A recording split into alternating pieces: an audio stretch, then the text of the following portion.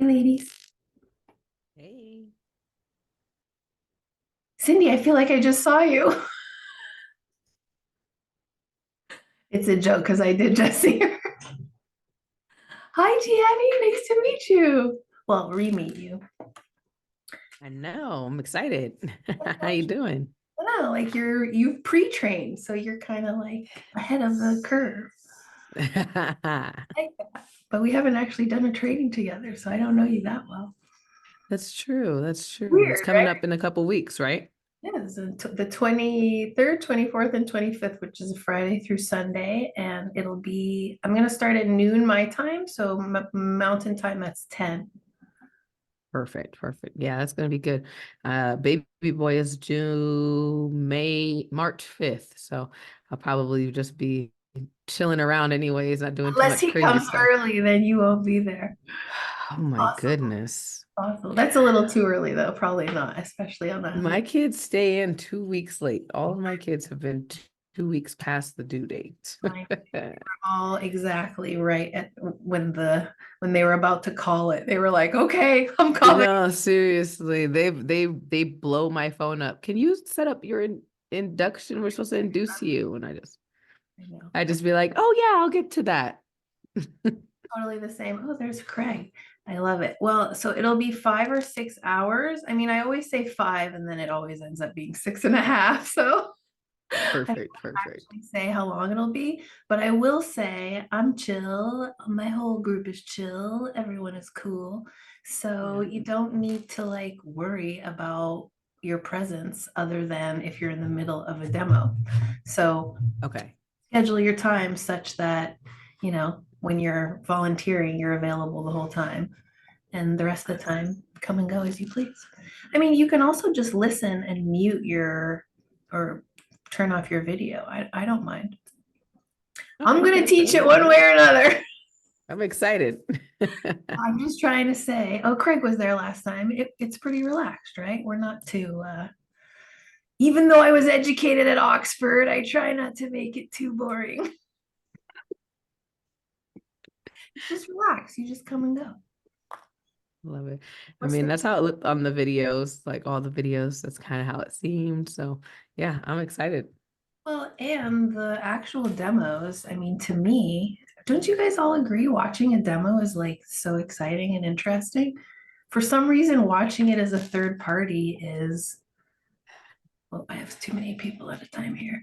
Watching it as a third party is like more interesting than being in the session, I think, for some reason.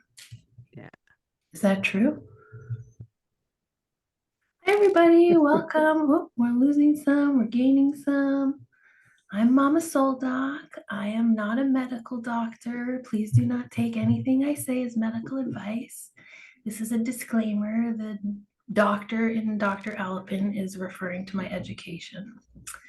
So welcome. This is my first free Q&A. I'm just doing it because I'm not just doing it. I'm doing it because, oh, there's another one.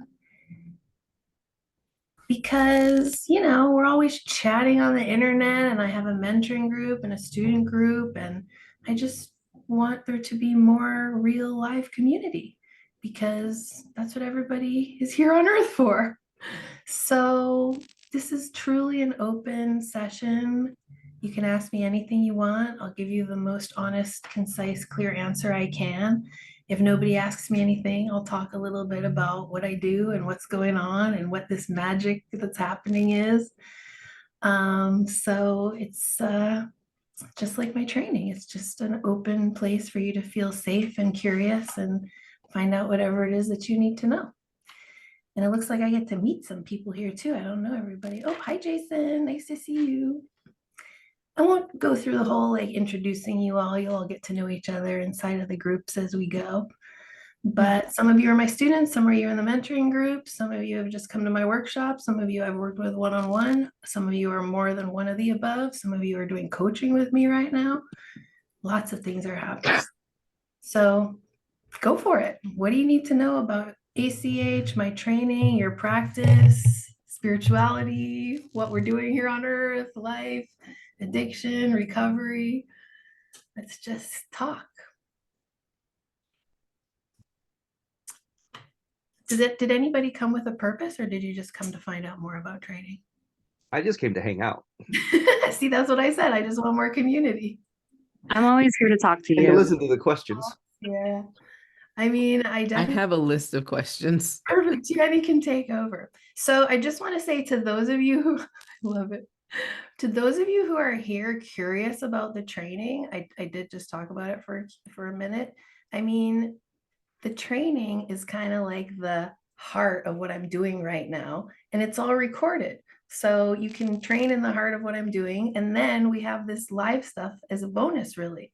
So it's not like it's the main thing, it's just an opportunity to put into practice and to really get to know each other and get to practice on each other in real time.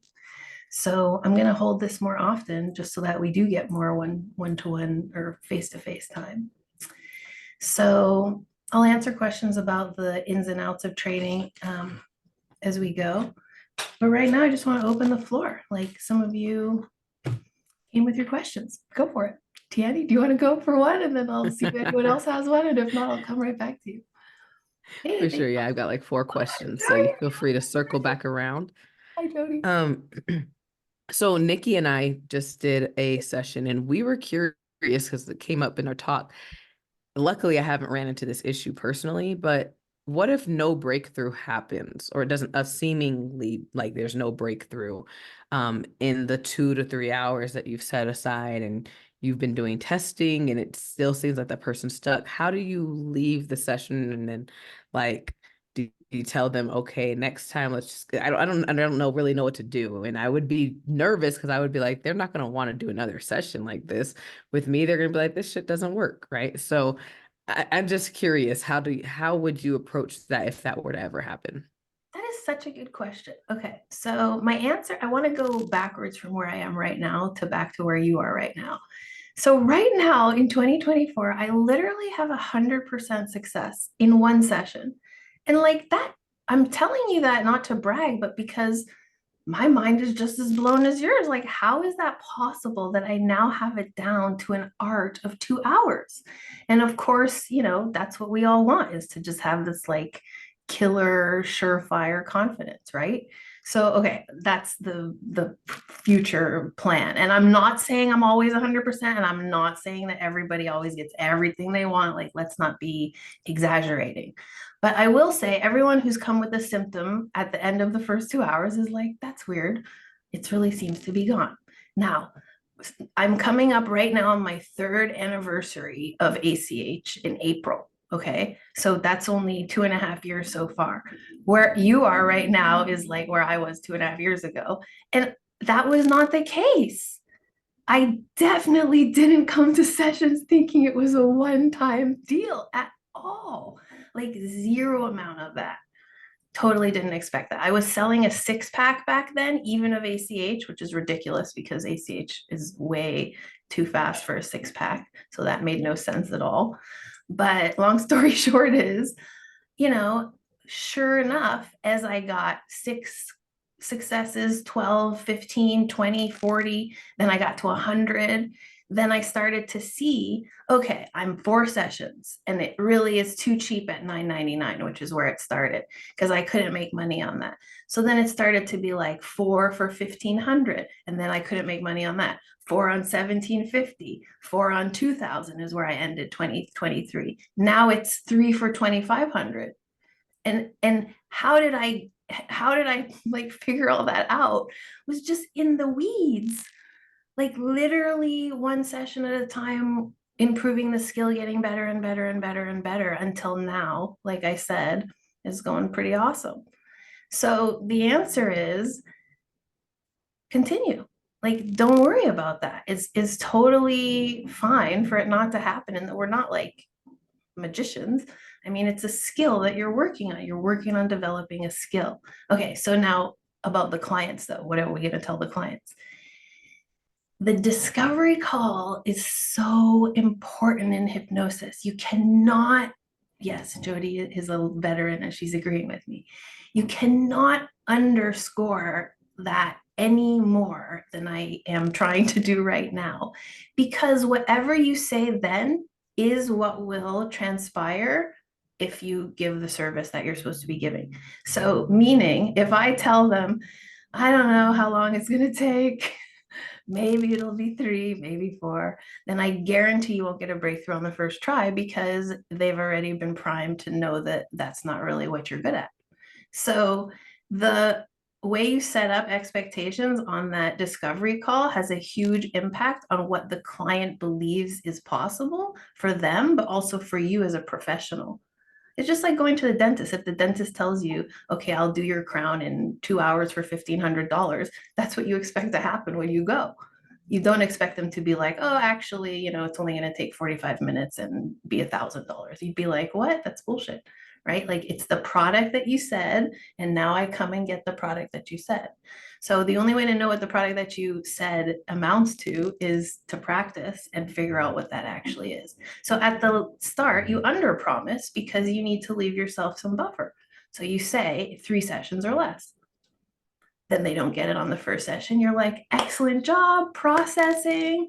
Have a great time. It's going to feel great. You might feel up and down. You might feel this or that, which is exactly what you want. You do want them to feel this or that. And then I'll see you at your next visit. Let me know if you need anything in the meantime. It doesn't mean you failed. It just means you need more time. I appreciate that. Thank you. So, was that the answer you wanted? That's perfect. Yep, absolutely. Okay, I know you have more. Does anyone else have one before I go back to Tiani? And they're not in any particular order. I really don't have a plan right now. Jody? I had a very weird one yesterday. In a discovery call, she was on her phone. Yeah. And like I'd already set it up so that like you need to be at your home in your on your computer because I share my screen. And she showed up in her car on her phone. Yeah. And I was like, oh God, okay. Oh, she was on her phone for the session. I thought you meant she was on her phone like during the session. No. She was like on video on her phone. And then she couldn't see me share the screen. And it was so strange. Like I'd never done one like that, a discovery call like that.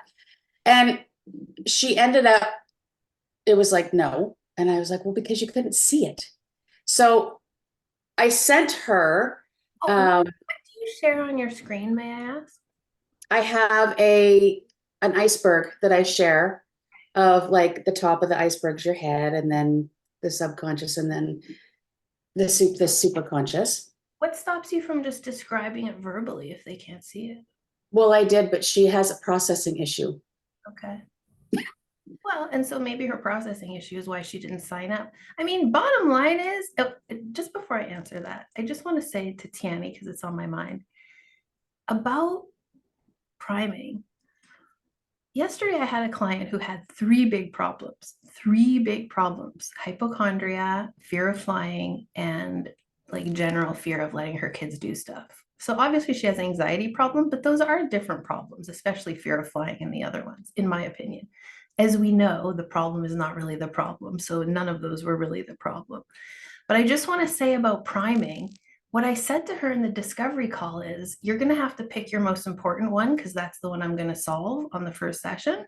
But I wouldn't be surprised. In fact, I think it's quite likely that we solve them all at the same time.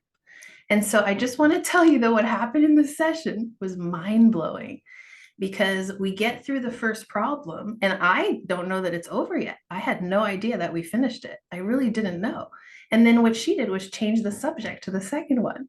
And when she did that, like out of the clear blue sky, I was like, did she just finish the first one on her own? And now we moved on.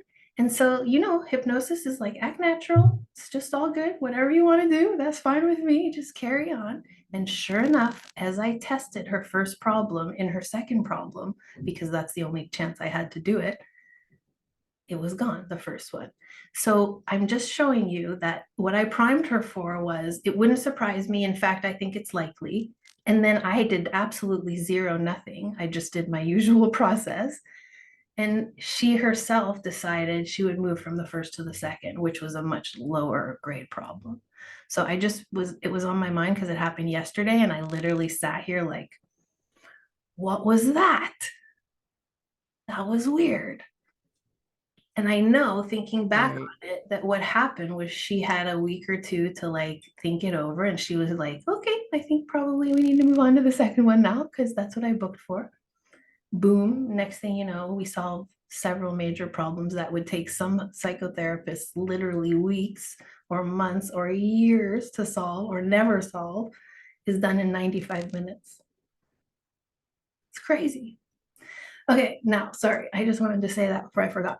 So Jody's question, discovery call, I mean, look, whatever, people are going to come to their discovery call however they are, and it's a good indication to you of who they are and how committed they are and what they have going on in their life. So like, would I do something about it? No. Do people come to my discovery call on their phone? Yes. Do they still buy it from their phone? Yes. So I'm guessing it wasn't the phone that made them not buy it.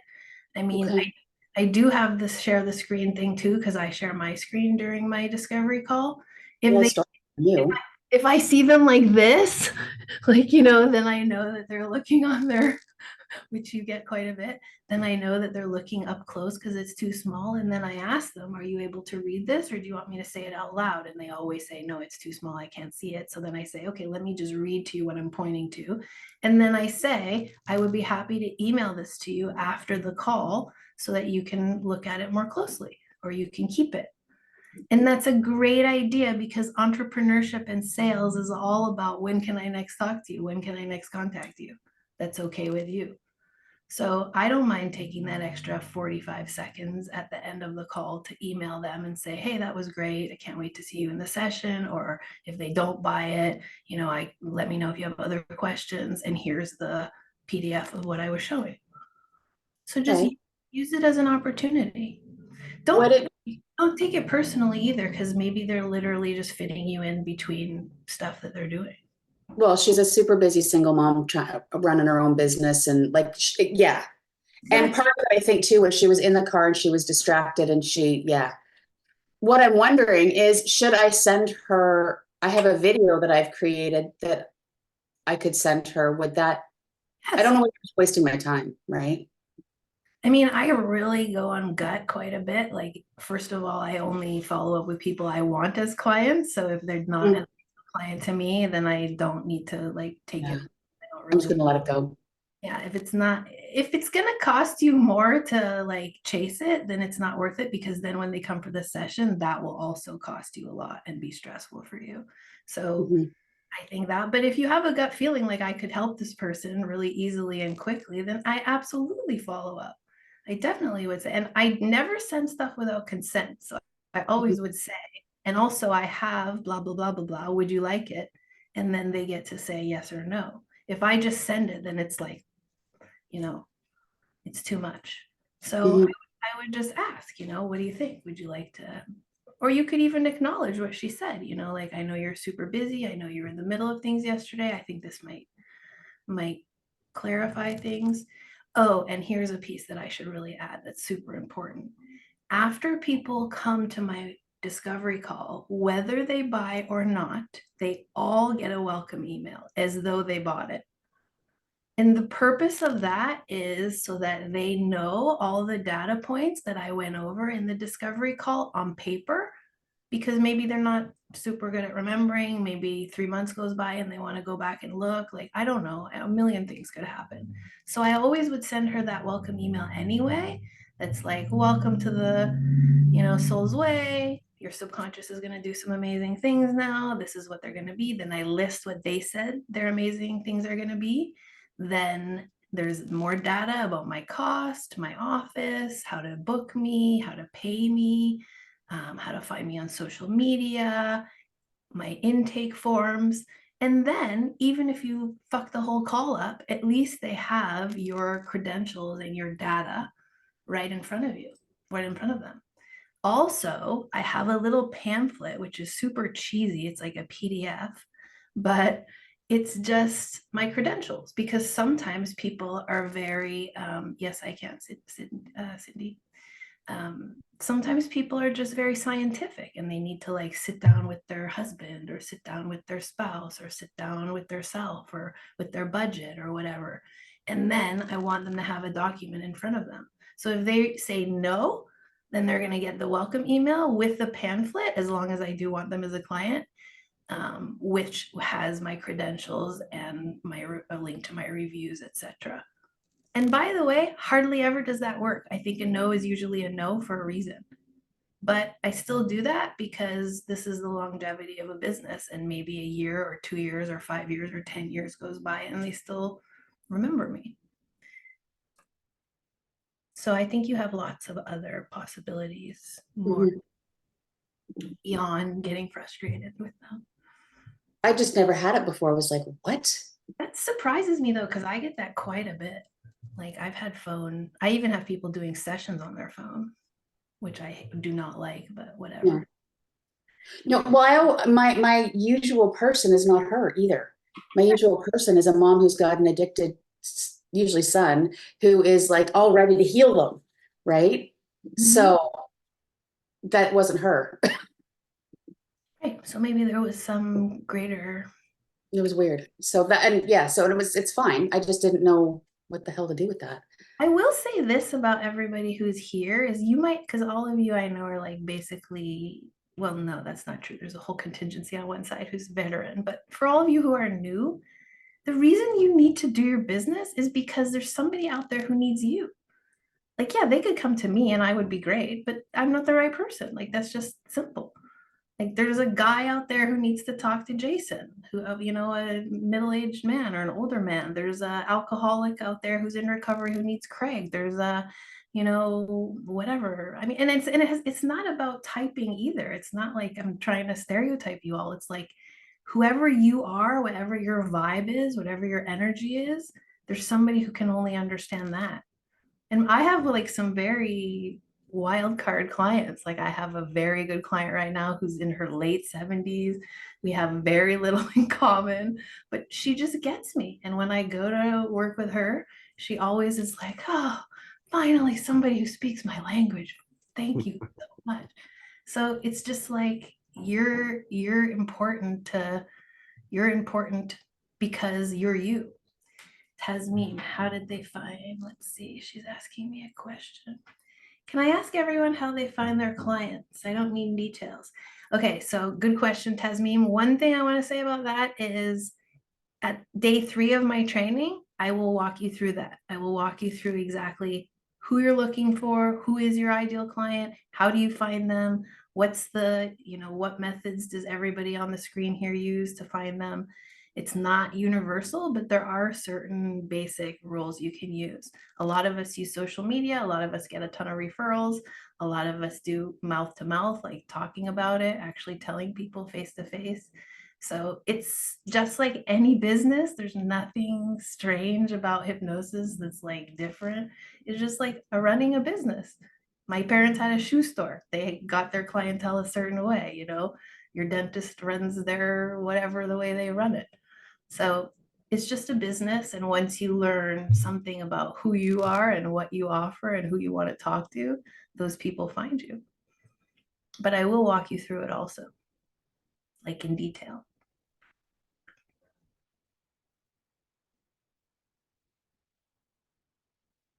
Okay, sorry, somebody else. You're welcome. Somebody else had their hand up that I read the question before I answered them. Who was it? Was it you, Craig? Does anyone have any troubleshooting from their sessions that they need to do? Go for it. I'll get back to you, Tiani, after Domino. I know you were getting through a list here. I know we are. I'm like that. Take your time. I'm here. I'm getting there. Go for it, Domino. What's your troubleshoot? I know I have. You have a what? I owe you a message, but I haven't gotten to it yet. Oh, no worries. So I have a mother who's, works in the healthcare system. That's my niche. And so she's been like tough, like she's like tough, like a rock. And I was getting kind of like, I was like, damn it. Cause I've been having really good luck with like just one session. And so it seems like it's such a hard rock that my question is, I'm getting nervous because we're going on to the 3rd session.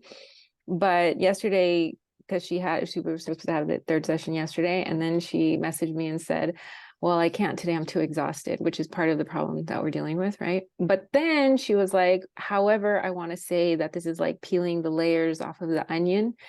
And so I haven't prepared myself for that, but like her message was uplifting, because I was like, okay, well, at least like I'm, there's some confirmation for my ego that this is working, which I know really doesn't matter. But yeah, I think I'm just kind of like lost to where to go with her. Like, I'm using the questions, I'm doing the things, but I just want like some advice. Like, how do you crack a rock?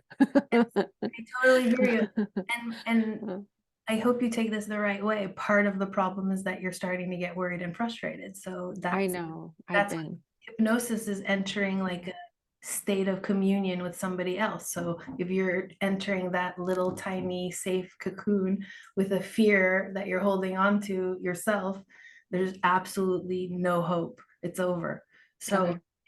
I've always been coaching the same way. Yeah. You're your best person to take care of, because the only thing required of ACH, just listen to this, everybody. If you take nothing else away from this, this is it. The only thing required for you to be good at this is for you to be rested and healthy and well when you show up. Mm-hmm. That's it. I'm not saying there's not a skill also, because that's what you're going to use to capitalize on all that. Like, and how do I say that it's a one session experience right now? It's because of the skill and the practice I've had with the skill, not just that I'm like taking care of myself and go to the gym, right? But bottom line is, anything you show up with transfers immediately, because that's what opening that soft little space means. So the best thing you can do for this whole thing is don't worry, don't pressure yourself, don't stress, don't put that all aside. It's not important how long it takes at all. Another comment I wanted to offer to you about this is no same-day cancellations. Absolutely no. No, I thought about that after the fact. absolutely not, because then they don't take you seriously. I mean, would you call the dentist on the same day and be like, listen, I'm tired? You'd be like, so? Like, this is a dentist office. I mean, and I'm not trying to be disrespectful to people, but it's like, yes, of course, if you're running a high fever or you're in a traffic accident or something terrible and real happens, I'm not going to be mean about it. But like, I'm too tired basically means I don't really care. I don't really trust you. I don't really. And then when you back down from that, their hypnosis is, I don't need to be present in the way that I actually need to be present to snatch a transformation. So I hold my clients to a really high standard of respect, and I didn't at the start, and it really run me down and made me upset and cost me money. So at this point, if somebody doesn't show for a session, that's $500, and that's expensive to waste. Mm-hmm. So can I ask you, how would you handle that? So if like Domino gets a text message, right? Her client saying like, I'm too tired today, it's too much for me. In response, you say, I understand completely. Just please check the welcome email where it says that this will be billed to you. You're going to pay for this. So are you sure you want to cancel it, or would you like to keep it? Okay, and I tell people back to the discovery call, the value, of the discovery call cannot be understated, because you only have a short time to set your rules down. And so I tell people at the end of the call, when they book their 2 times and I take their payment, I do it right on the call. Pay me now. Here are your 2 times. Or, I mean, sometimes they need to pay in installments, so then they pay later. That's fine. But I will take their 2 calendar bookings. And then I say to them, my VA is going to follow up with you with these 2 calendar bookings. At the bottom of the booking, it says cancel or reschedule. I don't say it in this voice. I say it in a nice, sweet, loving voice. I say at the bottom of the email, there's a cancel and reschedule link. Please help yourself. That's all for you to have a convenient experience with me. But please use them 24 hours in advance so that I can have my calendar be predictable. And then I just ask them, does that make sense to you? Is that okay with you? And then they say yes. Or if they have an objection to that, I say, or email my office anytime and we'll get right back to you and fix it. Well, so with my scenario, like she's paid in full and my package is the 4 sessions for the 1,500. So this would have been the third session, right? So at You're this gonna have to point, honor it right now because you let her cancel. So just yeah, learning, just count but just count it. Yeah. whatever So you give her the 2, yeah. Normally she would basically have forfeited her third session is essentially if she did a full pay, right? really Yeah. did that. If she really just didn't show up because of some random thing, then yeah, she would. But literally no one ever forfeits their session with me, ever. Mhm. Mhm. Had that. I have never had somebody just skip. I have people forfeit sessions 3 and 4 because their problem is They're gone. done. Yeah. I don't know if that's forfeiting or just not coming back. But I mean, just to go back to you, Domino, the real question is, why are you worried about it? Like that's, if I were you, I would just like look at myself instead of look at the client, because whatever you're feeling is information about you. You can't figure out what she's doing. You can't figure out why she's stuck. Only she can figure that out. But you, I don't think it really comes from a place of ego. It's like, I really want to help this woman because she's someone that I've known for a long time. And but help her so, by not caring. Help her by not caring about her. yeah, I don't know. I mean, well, I don't know if I could Counterintuitive. do that. Yeah. That's Counterintuitive. fucked up. But okay. But it's not fucked You're up though, amazing. because really I don't know. Huh? it's not fucked up because of this. It's super Why important not? that you internalize. Oh, yeah. This is extremely important. If you're attached to her or her outcome, you're in the middle of her and her subconscious. Mm-hmm. And she knows that. That's not helping her. The reason to be detached and to let the clients go is because the only way for them to really have a magical experience and a magical transformation is through their own superconscious. Yeah. And if you have any 1% invested in that, it's interfering. And I'm a warm person. I care about people. It's not like I'm just saying like, I don't give a shit if you quit smoking, whatever, I got paid. That's not what I'm saying. Yeah. It's very important to me that people get their transformation. Extremely important, because I want the review, because I want their referral, because I want them to feel better, because I want the accolades, all of that. Yeah. But if that is before the detachment, it's really confusing it's muddying the whole experience. I also want to say this. If you really can't get anywhere, like go for MACH. Remember ACH and MACH? Yeah. Go in the MACH route, because MACH is casual. It's like, so what did you do for lunch, and take it from there, instead of what do you want to transform, which is a lot of pressure for someone who's already not feeling enough traction. So go chiller, smoother, less pressure, less rushed, be more friendly, be more warm, be more like present in the actual moment. And that will let her subconscious grow faster, move faster. Be weird. Like sometimes I just ask people like off the cuff, strange stuff. Like, why do you think you're stuck here? What do you think is going on? Why is this not fun for you? What is so painful about being stuck in this place? I mean, like, ask people questions that make them have to be like, oh, I have to be responsible for this.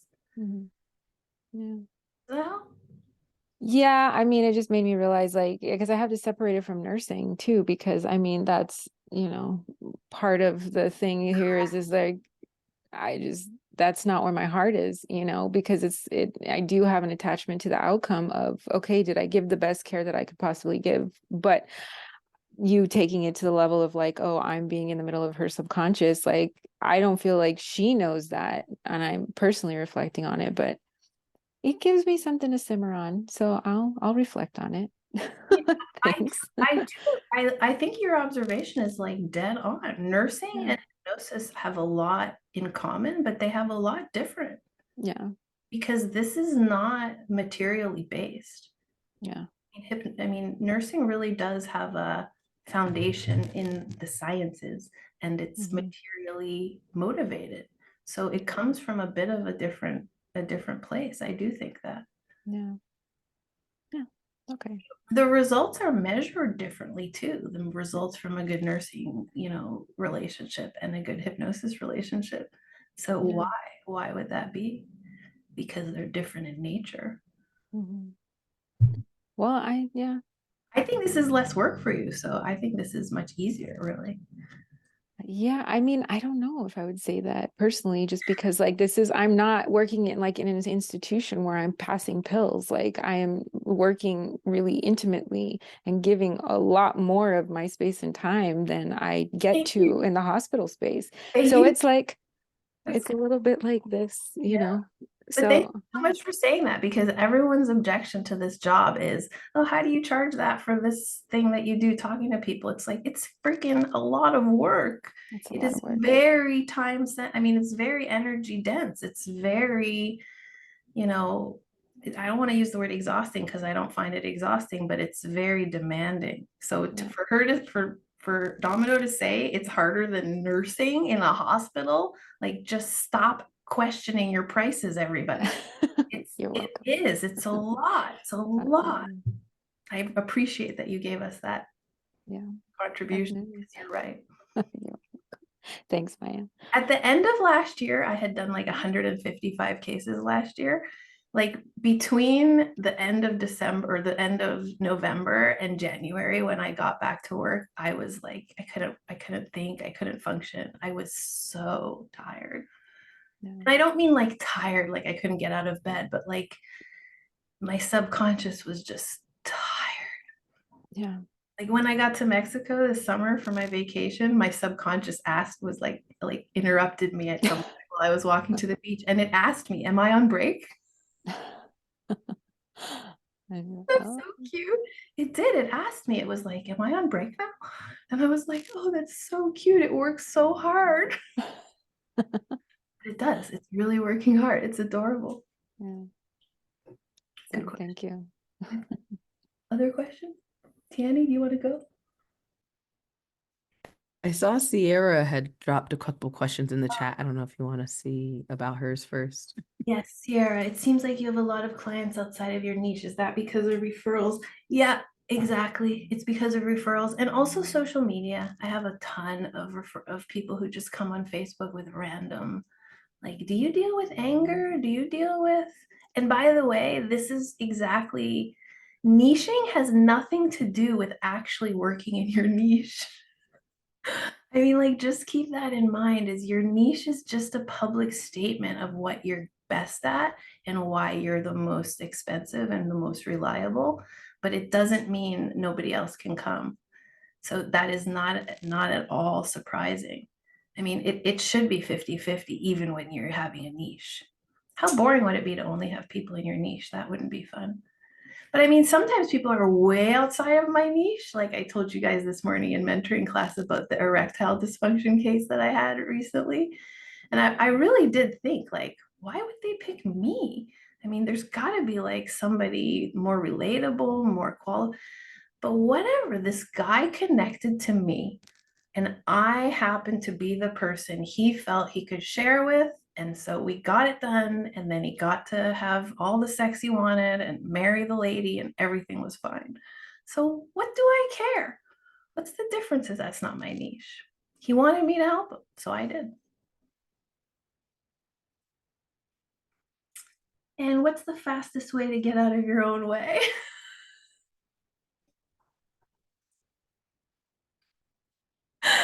Ah, that's so good. That's like the best question I've ever gotten in my life, asking for a friend. Oh, that's so funny. Okay, let's see. What's the answer to that? Um, Self-development. I mean, I've been doing self-development for 20 years now. I do holistic healthcare. I eat organic. I use highest nutrition products on the planet Earth. I exercise. I meditate. I play with my kids. I have a balanced life. I don't have a super balanced life. I need to have a better social life. I'm working on that. But I mean, you do all the things that you learn on the self-development path, and then eventually you get somewhere. I mean, the other answer is go to your own therapy. I mean, do you think I don't go, you guys? Like, I spend at least 6 hours a month in sessions for me.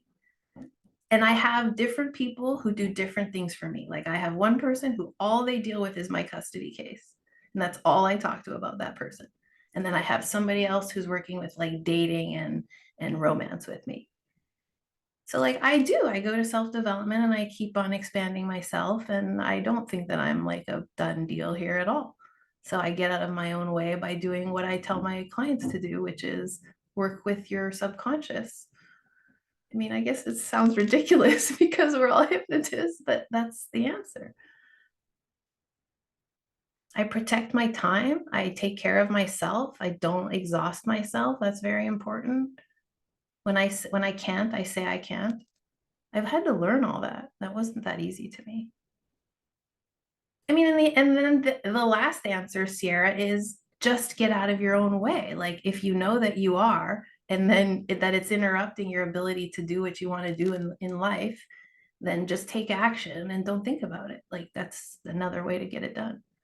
You don't need to analyze it. You don't need to understand it. You don't need to perfect it. You don't need to be great at what you do. You just need to do it. That's it. The only thing stopping the person next, the next little square over from you, the only thing that differentiates all of us on the screen is action. That's it. None of us are any better at hypnosis. None of us are any more intuitive. None of us are any more spiritual. We're all here with a different gift. But some people have actually started to participate and share that gift. So if you know that you have it, then get out of your way and share it, and that will put you at a different category of involvement with ACH and with your clients, which will take you somewhere else. Okay, Jason said, I'm the bread. See, I told you this is why this is my posse. You guys are freaking awesome. It's hilarious. We all want to know that. That's why we're all good at this. If we didn't want to know that and we didn't want to do it for ourselves, we would suck at our work. Every person on this screen has had a major transformation, and I don't know you all. I just know that that's true. I just know it. I know that you've all been through fucking hell. I know you've all been through something that sucks. I know you all have had PTSD, and I know that you all came to this because you know that magic is possible. It makes me cry. It's true. You wouldn't be here if you weren't ready. You wouldn't choose this. This is not an easy thing to choose. I know I make it look easy, but it is not. It's not. You have to process a lot of information. You have to be very attentive. You have to listen. You have to rest. You have to do billing. You have to do accounting. You have to have tax rolls. You have to keep your office neat. You have to do a bazillion things and take care of your children and make dinner and. It's demanding. You chose it because you have a purpose. Follow your dream. Working on social media, tips and tricks. How do you go about it? Is there a monthly planning schedule? Yes. For fuck's sake, yes. And I think I will next do a class on that because absolutely the answer is yes. You have to have a schedule. I'm totally screwed without one. If you look at my Calendly right now, it's booked until March the 16th. I mean, like my whole life is booked in advance, and it's partly clients. It's partly that I've booked myself into my schedule. It's partly like self-care, gym, dentist. I have to have some procedure on my teeth. Like it's all those things. Put them on your calendar and stick to that and make a plan around the monetizable things like client sessions, discovery calls, whatever workshops you're doing, whatever self-care I can't see because my eyes are full of tears. Whatever it is that you have to do, and then whatever time is left, commit it to advertising. And I just want to say, some people would tell you to commit to advertising first, but I'm not going to be that person because I run a family and I know that what comes first is putting food on the table and taking care of the kids. So I know that that's actually like a little bit of a pipe dream to say, oh, just make a YouTube channel for the next 3 weeks and it'll be great. Like, no, I have to bill people. I have to collect money. But still, you do need to know around that. Okay, on Monday morning, I make batch videos. I have 4 of them. Like this Monday, I made those 3 videos that you saw this week that are me talking. It's just me going to my bedroom, putting on a different sweater and coming back. And then it's just me at the same time, changing my hair, putting on different glasses, whatever. I have all those videos that I stack up. And then the morning comes, I get the kids up, take them to school, go to the bathroom, go to the gym, blah, blah, blah, publish that video. It's pre-made. I didn't make it that same day. So that's what I think I'm getting to, because I'm finding my flow. So, but also like around like the actual content that I'm seeing you put out, like I'm trying to find, because that's what it is. It's like, you tell me, okay, results based. So I'm like, okay, you want results? Well, here's testimony. Thank you, T. So I'm like, I'm putting that, I'm like, okay, well, you want results, people, here it is. That's great. But I also want to put value. That's one of your best videos. That's awesome. That's going to sell a bunch of money for you in the next 10 years. That video is going to get thousands of views, but not right now. That's good. I think that was excellent. Well, and it's a mix. You have to do some testimonials. You have to have some content. I mean, all I'm doing with content, like right now, as you can see, all my content is about training. Okay. Because I have a training coming up. Okay. If you don't have a training coming up, then make your content about your niche questions. As soon as training ends, like when March comes around, I'll be back to narcissism. And that then was actually one of my questions too. And then just like 2 months domino. later, I'll go back to training. Yeah. So my question, like she said, I know that it's always like, you want to have testimonials, but you also want to provide value and talk about the niche. My question is, I don't really know what to say about the niche because it's always something different that shows up in the session. So like, what am I supposed to answer or say or educate you on besides it's in your subconscious and you have the answer? What am I supposed to say content wise? Because I don't help you do shit else other than just very discover what's inside of you. The answer is super easy. This is an extremely easy answer. Whatever your niche is, write down the top 50 things that people in your niche want to know. So what people in your niche want to know is, like, take my niche, narcissism. People who are involved with narcissistic exes want to know, how do you co-parent with one? How do you go gray rock? How do you no contact them? How do you deal with the police if you have to deal with them? How do you heal your PTSD? How do you deal with them at the holidays? What do you do when they blow up your phone? These are all things that people who have these people in their life need to know. That's exactly why they're watching my channel. So you need to make. But when I help them solve it, I don't do it. I don't send them, like, as a client, I would never send them to go do a thing. Most of the time, we would help resolve whatever's blocking them, and then they'll go take the steps on their own. I don't tell them what steps to go take. They just stop unlock it. You're confused right now about the difference between attracting clients and working with clients. Attracting clients is very much about common questions, being relatable, explaining things, coping techniques, things I avoid coping techniques because then people get confused about why I'm a hypnotist. So I don't do that really. But like all the stuff that somebody who's not been treated is thinking about, that's pre-session. When they arrive, just erase everything as though it never existed, wipe the whole slate clean, because you know that they didn't come because of what they said they came for. Like everybody here knows, I think, minus a couple of you who are just here to find out about training, that the problem people bring is not their real problem. Because if they brought their real problem, they would solve it. But they're bringing a problem that's in the way, that they're thinking is a problem, but they don't know there's a problem that creates the problem. So we talked about this morning. Synapse and idea are not the same. The synapse is the subconscious. The idea is the problem, so to speak. So like depression is here. The reason you have depression is here. The reason that regular therapy has limits is because this cannot really go away until this does. You can make it go down. You can make it less problematic. You can make the symptom go down in intensity, but you have to go for this. But when you're talking to the client at the intake level, they're here. So you have to speak to them about it here. But in your mind, you know that that's not going to be what you use in the session. So I think it's just a distinction between attracting them and being relatable and knowing how to like have a conversation about the problem, and then having the confidence to also say, well, I don't give advice or solutions.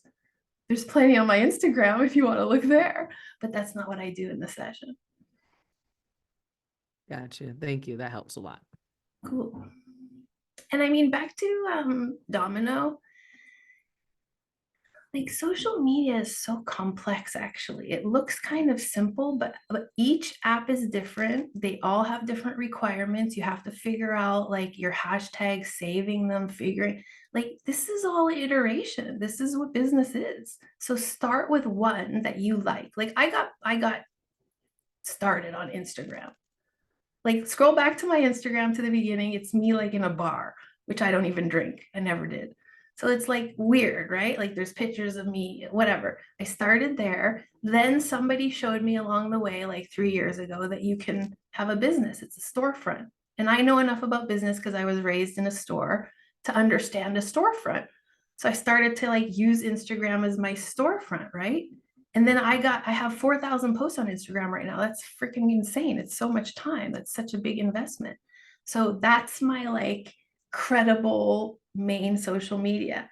From there, that one easily connects to Facebook. Okay, so now I have two covered.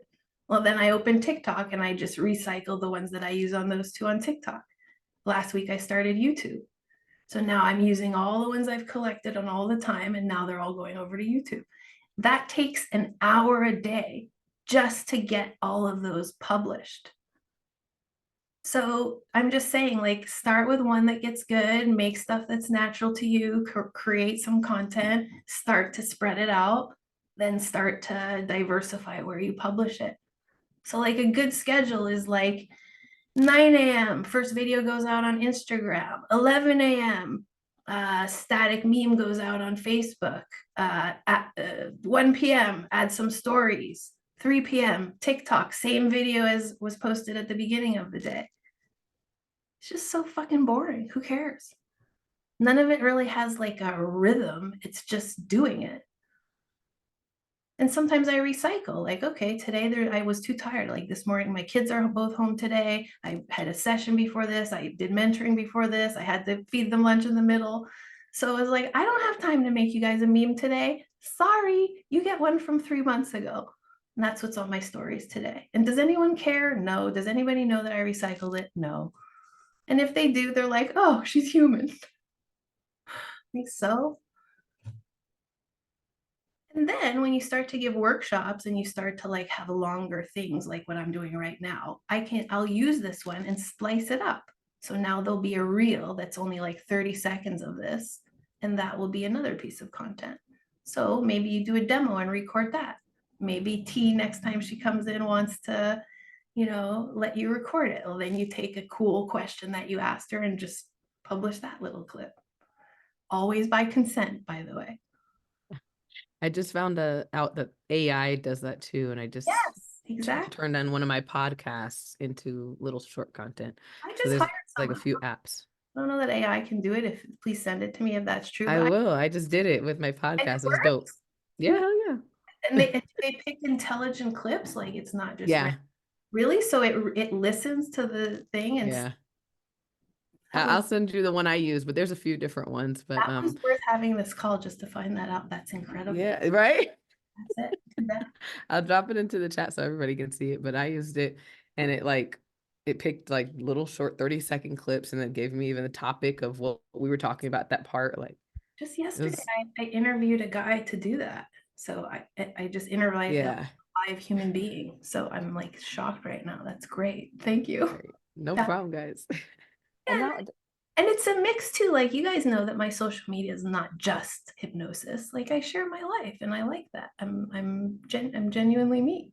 I mean, sometimes I do politics. Have you noticed that? Like I'm always commenting on the American stupidity situation, and I mean, I have a whole, like I have a bit of a thing, a platform. Sometimes I advertise my, nutrition products that I use from Purium. Like it's a mix. So it doesn't all day is not hypnosis over hypnosis because then people be bored. But you do that, Domino. You have like dancing on the beach and this and that. Like, that's it. And they don't all have to have a rhyme or reason or a plan. Well, that was again another question that I had coming in was I have, so the discovery call I was talking to you about, taking like clips and pieces from the information, like of the slideshow. But I was also thinking like, because I've not seen this, but it's an idea, is to pull like, to make my discovery call an actual master class where I can bring in groups, because I feel like I'm doing the discovery call as kind of like my one-to-one pull in, but I think it would be so much more effective if I just had it as a master class where I invite people in, or it's a paid master class even, to be like, hey, I'm going to talk to you about the subconscious and the brain. I mean, that's what I'm doing. I have a discovery call masterclass. And I mean, the only thing is it doesn't have huge traction because there's not that many people who need that. So I think as you grow your company, stick with the clientele that you're trying to attract. Like selling a discovery call is selling other people who want to become you. Oh no, I mean like, because a lot of my discovery call, like that's one of the reasons I wanted you to see it, was to also like be confirming with the portions of like the anatomy, physiology, neurogenesis, the quantum physics that I brought in, because it's become a lot more educational. But don't sell that as a discovery call, just sell that as a class. That's what I'm saying, like to convert it to a master class, and have it be a paid master class. No, I don't want to teach people how to do discovery that calls. Makes sense to me. Yes, I think that's what I want to do. Yeah, exactly. That's exactly it. And then people who can't afford the 1,500 or aren't sure about it can spend $30 or $20 and find out if you know what you're talking about. Yeah. I mean, do you know how fun it is for me to wake up and see that PayPal just sent me $47 for someone random online who bought my discovery call? I love that. It's like such bonus money. Like, great, wonderful. I could have told you one-on-one for free, but you just paid for it. Great. Okay. Wonderful. Absolutely. I'm serious. I'm not saying that like as a joke. Like, I think that's really good. And you've done a service for them. They can watch it on demand. They can rewatch it. Absolutely. All right. I'm going to do that then. Even, I mean, what I'm doing right now is a masterclass. It's for free. I'm not charging anybody, but it's an experience of answering questions, you know, that people have about my service and my product. Give your time away for free. Absolutely. Energy is energy. Like whenever you share your energy, something good will happen.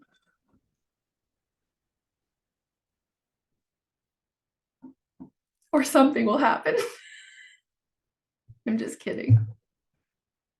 Something good will happen. Okay, other questions? Does anyone have any problems with their business right now? You mind if I jump in a second? Good. Hi, Jason. Hey, nice to see you. Forgive my ignorance, but we haven't spoken in a little while. So that's why you're here. Go for it. I was curious because we haven't had the chance to have this conversation actually. Curious to know the difference of your sessions now compared to when we worked together to what you're doing today. So I don't really even know, like you mentioned earlier, the ACH, MACH, and if you would mind taking a minute to kind of clarify that for me, that would be awesome. Of course, very important. And I think everybody can benefit from this because you have to tell your clients this 15 times a day, if I am not mistaken. So everybody wants to know, okay, why ACH and not traditional hypnosis?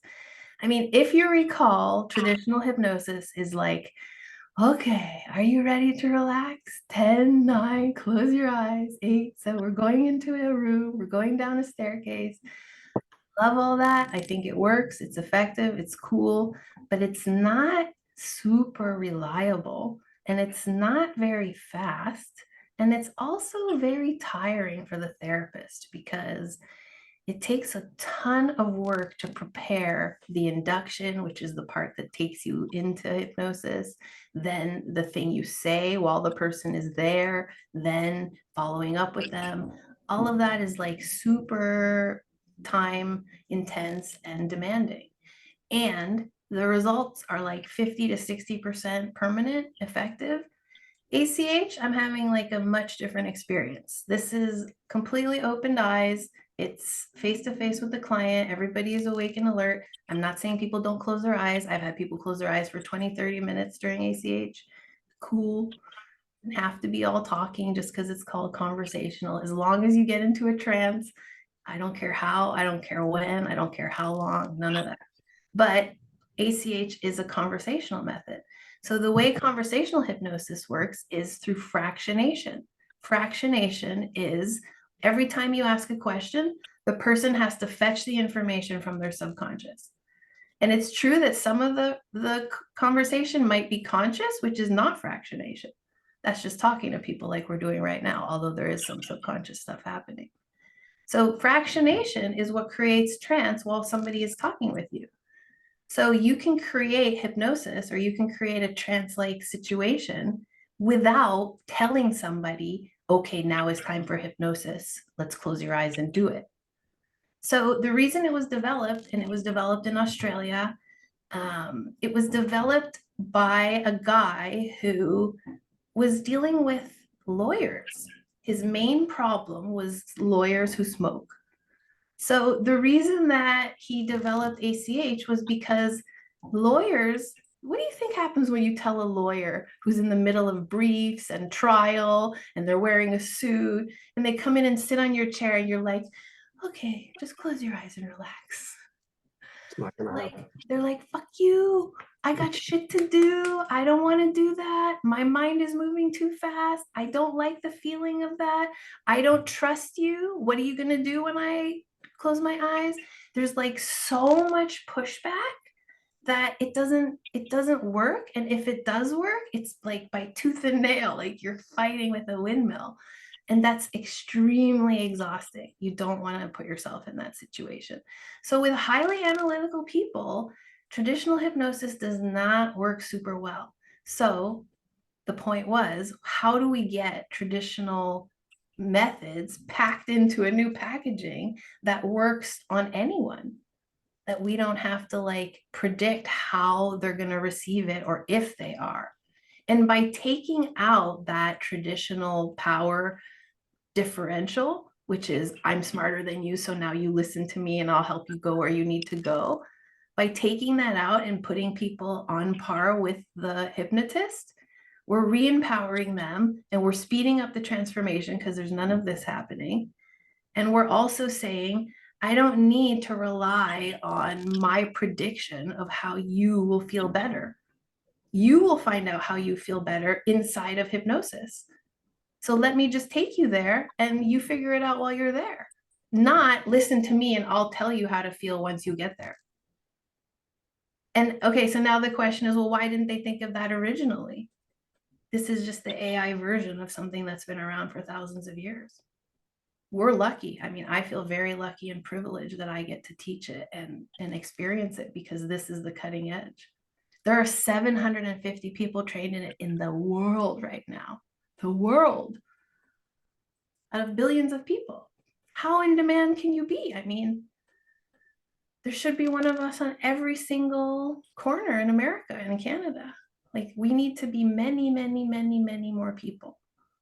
We need to be one of us for each kind of person, each kind of problem, each kind of combination of those. I mean, it works so fast. Why would you go to some model that takes you 6 sessions and 50 minutes at a time and coming back and this and that? Well, you can go to somebody like myself or Jody or Cindy or Craig or Tiani or Domino or Nikki or Sierra. Why wouldn't we just go to one of us who it takes, 3, 2, 1 visits, it's painless, it's open eyes, you feel awesome after, it works. It just makes more sense. So I just think this is like the cutting edge. And I think we're just like amazingly lucky that we're in this field and attracted to it and have been attracted to it. I mean, I know that sounds crazy, but I think we're chosen. Like, I think we're chosen to do this. I don't think that regular hypnosis is useless, by the way. It works great. It's very effective. Listen to this. This is weird. Now what's happening is somehow I got a reversal going where my ACH clients get their transformation and then they pay me for traditional hypnosis. What the hell's going on there? It's because their problem went away and now they trust me and now they want to relax. Doctors, lawyers, I had a medical doctor the other day tell me, okay, so my driving problem is solved. That was cool. And then he was like, I want the mind massage. I'm like, what mind massage? And like, I thought like, what are we in like the creepy part of the program now? But he meant the like, he wants me talking in my hypnotic voice and taking him to a special experience. So we did that. Awesome. You don't have to be limited by anything, but if you want to solve people's problems and make more money, do that first and then sell your other products as you wish. Very interesting. Did that answer the question?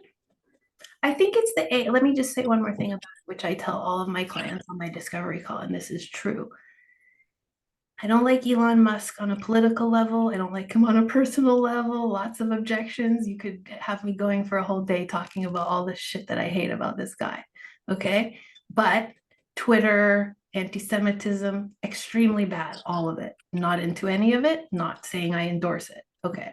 That being said, what he did with a battery is very cool because he said, I think I should make a faster, cheaper, more compact battery, and then cars could run longer and not pollute the whole planet and all kinds of other shit that I don't even know what those cars do. But they are really cool and nice. So people were like, you can't do that. That's not going to happen. The materials cost this much. The size of the battery is this big. You can't do it. And he was like hell I can't. So he was like, how about I go back to the raw material and I'll put the raw materials together in a better, smarter way, which is his forte. He is some kind of genius in that way. I don't know what it is exactly, but he is. So then he puts them together in a smaller battery that costs a third or a half or whatever of the other one. And he's like, see, I told you there was a better battery available and you didn't believe me. That's what ACH is. It's the better battery. It's just more compact. It uses the same materials as from before: regression, bodily sensation, imagery, monologue, hypnotic interview, priming. Those are all materials from regular hypnosis, but they're packaged differently now so that you get an Elon Musk Tesla battery. And what happens with a Tesla battery is then somebody copies it and opens a new company based on the new battery. That's what's going to happen next. Like a company just opened that's now copying Elon Musk's model, and it's going to be like a $60 billion company, which is like tripling the size of Tesla. That's crazy. Just because he said, fuck this whole stupid system, I'm going to recreate it better. That's what transformation is. Like not accepting the way it's been a million years just because people say so. And by the way, that's also what differentiates this business. Like that's why people come to me and not the person down the street, because they want the faster, effective, permanent product.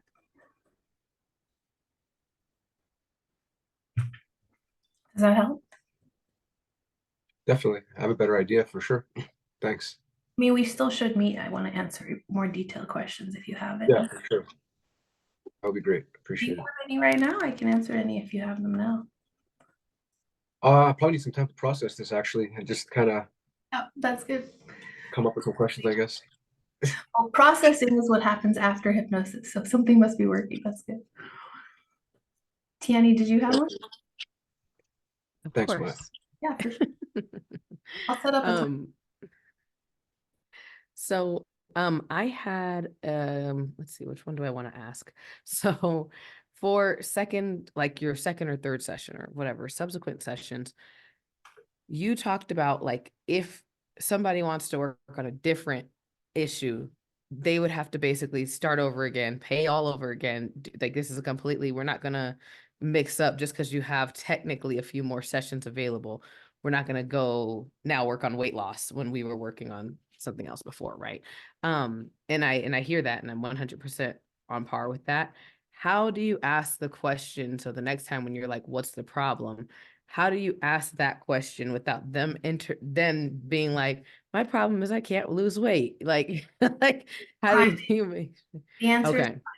so we're back to the discovery call, the center of everything, which is if you didn't tell them that at the beginning, then don't be surprised when they show up and tell you they have a new problem. But if you were serious in your discovery call and said, okay, here's the way that I use the 4 sessions. This is what I say. And now I'm down to 3 actually. So mine is a little different now. But what I say to them is, I always schedule the first call. That's your big transformation. You're going to feel amazing. This is the one that's going to really blow your mind. This is the one that, people really love to see me for because it's such a special, intimate experience. And you can say that a bazillion ways. And then I say, and I schedule a follow-up 3 or 4 weeks later.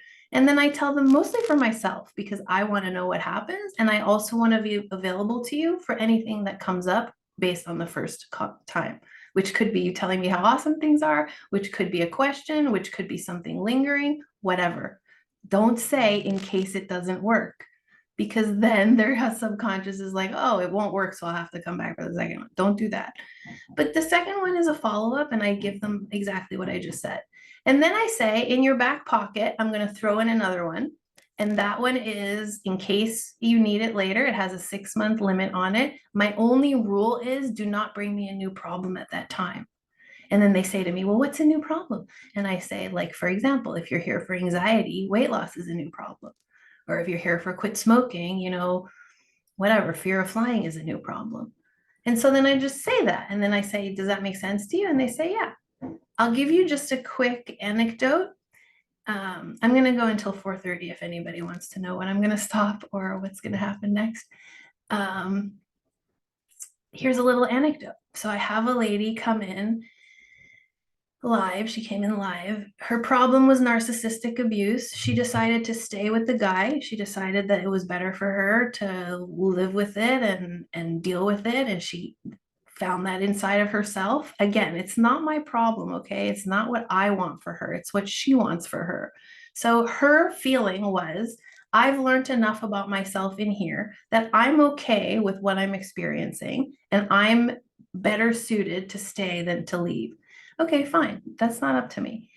Then I get and she writes these amazing reviews. There's a couple of reviews from her online on my website, on Google, whatever. She's very happy with the service. She's like, I wish I had met you sooner. Everything has been amazing. You've helped me to heal and whatever. Okay, great. So then later she wants to deal with a completely different situation.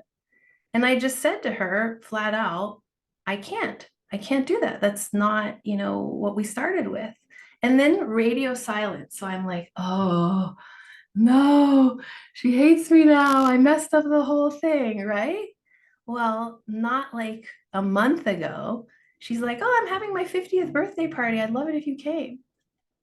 I'm like, what? Yeah, literally. I was like, that is weird. So after me saying no and you ignoring me, which I took as, oh, I wish you had, done what I asked. Like, she had no hard feelings. I just thought she did. And so I'm just saying, like, setting your boundary and just saying, no, I'm going to stick to what I said. There's nothing wrong with that. People will still like you anyway. In fact, they'll respect you even more. For sure. Appreciate that. Oh, I have a good one, Maya. I want the response because this is what I got on a discovery call. I got the client, but I was like, I had to put my glasses on and channel you because I was like, in my inside. I was like, what would Maya say? And I got it, but I still want to hear what you would have said is that, it's a smoking cessation, which is, and it's a male, and I'm like, okay, that's that fine. Your niche doesn't matter. Exactly. No. And so he was talking about it and he was like, well, how do I know that this is going to work? Because I tried hypnosis before and, it was a traditional hypnosis. So how do I know that what's going to happen, that you're actually going to help me? Yep. So what was your response? Let's see if I got it right. Yeah, I mean, I would give the explanation that I just gave to Jason's question, which is the reason that traditional hypnosis is hit or miss is because it's not custom. And so perhaps you're not the kind of person who wants to be told or wants to listen to a script. I'm guessing you're not, right? And then they're going to be like, yeah, I didn't like it, or I don't like being told. And then I say, that's exactly why I changed from that to this, because neither am I. And I found that kind of tedious and boring. And I'm worried about clients like you. Like, I don't want you to come and pay me $1,000 to read you a bunch of scripts and then you end up a smoker anyway. That feels terrible to me. So I want to use a method where I can talk to you on your terms so that you can have the solution that works for you. That's why I'm using the ACH now. So I tell them, so I'm not that surprised that the traditional didn't work for you. And then I always say, and no offense to them, and I know that kind too, I'm trained in it. It's not a bad thing, but it's just not surefire. And I want the results to be surefire. Also, I always just explain what I said to Jason, which is time. You know, like that traditional model is going to give you homework, is going to make you carry a dirty ashtray around, is going to do all those traditional things, like make you smoke with the other hand and all this. Like, who wants to do all that? Who has time for all that? Like, and then you just say to them, I bet you don't like any of that. And they're like, no, I don't. So you're like, okay, so let's just get it done in 2 hours and it'll be a lot easier for you and it'll be more permanent. And that will be a huge relief. What do you think of that? Okay. Is that what you said? No. No. I was shitting my pants a little bit because he said that and he was like, yeah, because I finished my hypnosis, I finished my session and immediately I went back into the car and picked up a cigarette. And so I was like, oh my God. So I said, well, this is not traditional hypnosis. I mentioned that. And I said, there's the factor. I kind of was like, I started a little bit of ACH. I was like, but what's really interesting to me here is there's already resistance to the smoking, to the quitting smoking. Like we haven't even begun. We're just talking about it, but you're already resistant with the expectation that you're not going to quit. So why do you think that is? And I like that. I like the ACH approach. But you know what? When people are on a discovery call, like just be honest. We're not hiding anything. I don't have nothing to hide. I'm not doing any secret shit over oh here. yeah. Like, I just didn't know. But I just tell them the truth. This is what I think works better. And this is my experience with what was worse. And by the way, let me just tell you about addiction and quitting. And Jody can talk to this a lot better than I can because she's an addiction specialist. But it's very common for people to go and do the addiction after a session. There's nothing wrong with that. People need to do what they need to do. Like I had somebody who quit cannabis, and what did he do? Like right before he came to see me, was smoke all the cannabis he had, which was a lot apparently. And like the guy was just like, I gotta tell you what I just did. And I was like, that's okay. Was the session effective if he's that high? Yes. And there's a testimonial on my website that he quit. Yes, it worked. I mean, I'm just saying, like, people need to wear out their addiction however they do. And if you need to smoke more to smoke less, go for it. Erickson used to tell people to do the opposite of what they came for. He would be like, you want to have more sex? Okay, so sleep in a house aside from your wife for the next 6 months. Or like, I don't know, I just made that one up, but he would do like the weirdest, he would do opposites because the subconscious needs that. I'm just saying, like, don't assume anything about what people are doing. Just because someone smokes after a session does not mean they're not going to quit at all. Maybe they're going to quit slower. Maybe they're going to downshift their smoking. Maybe they're going to upshift their smoking so that later they downshift it. If you do your job right, they're going to quit eventually. It doesn't matter when. I don't give a flying shit when people quit as long as they do. Don't assume that because people do things that seem weird that they're not listening to you or don't care. They're just being them. That's like the beauty of ACH is we get to talk to them about what they did. Or he's just not ready. So then he needs to see you because he wasn't ready the first time. Yeah. That's fair as well. Good question. Other problems, troubleshooting, training questions? I saw your post that you just put up like a day or two ago. It looked like it was a Calendly, and you had like circled some stuff on there. What was that? Because I love the questions that you asked. You're like, why do you need my help? What's stopping you from doing it? It's like you doing the ACH in the questions. And I'm curious what part of the phase, like what part of your series, like had is that on Calendly when they're booking in with you? It looked like an application kind of, I don't know what it was. And what are the questions that you ask? Because I want to put them into my process. That's part of the priming, right? And I want to Just go know. to my discovery call and pretend book and copy mine. That's where it's at, the discovery call. Those questions. So listen, here's the thing about hypnosis, right? The more exposure they have to you as the person who's going to solve this, the more when they come for the session, it happens faster. So the more steps you can put between the day they find out who you are and the day they come for session one, the better. And that includes all the videos, all the social media, all the posts. Every touch is building that rapport so that I don't have to start when they get there. Like that's a difference too. Jason asked me about what's the difference between ages ago, 3-4 years ago when I started and now. Well, that's one difference is I used to build rapport in the session, in the moment, and you didn't see me on social media and you didn't really know me that well. And so we had to do it then. But that's very time heavy. So why not do it all the way up to when you meet me? So then when you meet me, you feel like you know me and you feel like, wow, it's so cool. I get to hang out with this person that I've never met live. Like then it's a special experience. And then you know a lot about my results and my powers and my intuition and who I am and all the things I know and my family. And then you have a very, warm and familiar experience. And so what I'm trying to say is the more steps between you and them, the better. And you think, oh, that makes them less likely to buy something because now they have to do more stuff.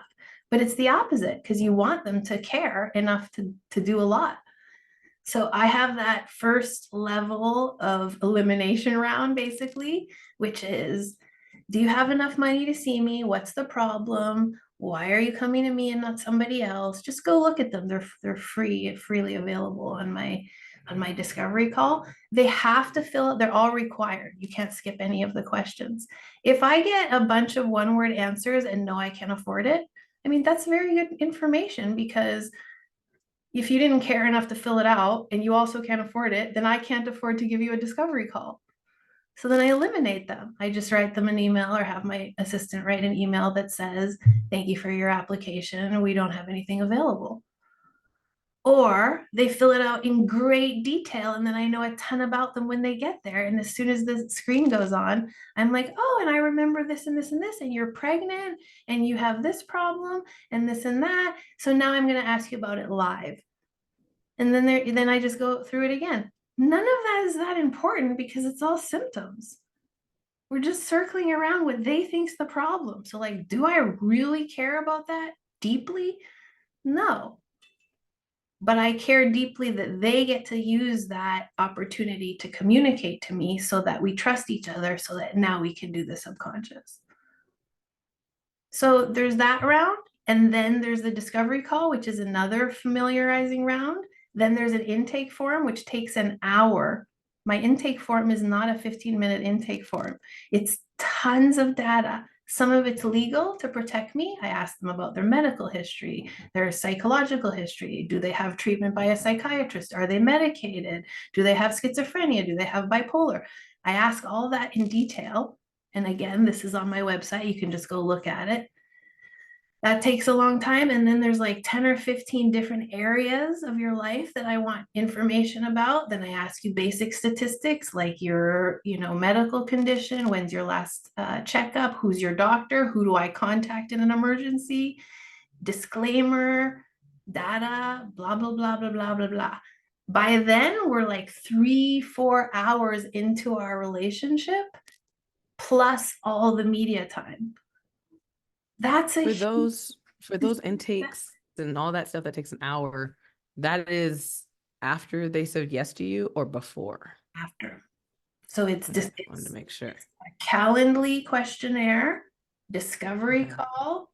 So Calendly questionnaire, 15 minutes, discovery call, 45 to an hour, welcome email. Intake forms are linked on the welcome email. Another time commitment, then wait for your session. It's just like going to a doctor, but I'm not a medical doctor. Everybody knows that.